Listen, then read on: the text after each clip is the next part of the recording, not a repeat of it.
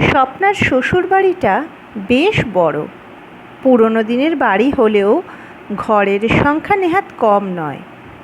স্বপ্নার শাশুড়ি মায়ের একটা ব্যবহার খুবই অদ্ভুত, খুবই চোখে পড়ার মতো।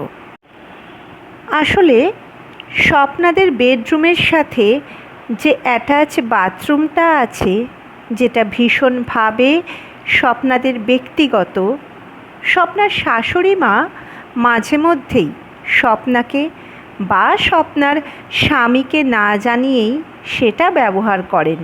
যদিও ওর শাশুড়ি মায়েদেরও অ্যাটাচ বাথরুম আছে, এছাড়াও কমন বাথরুমও আছে, তারপরেও উনি স্বপ্নাদের বাথরুম যখন তখন ব্যবহার করেন। স্বপ্নার স্বামী বেশ কয়েকবার তার মাকে বারণও করেছেন, কিন্তু উনি শুনবেন না। এই ব্যাপারটায় মানে শাশুড়ি মায়ের এই আচরণে শ্বশুরমশাইও ভীষণভাবেই লজ্জিত।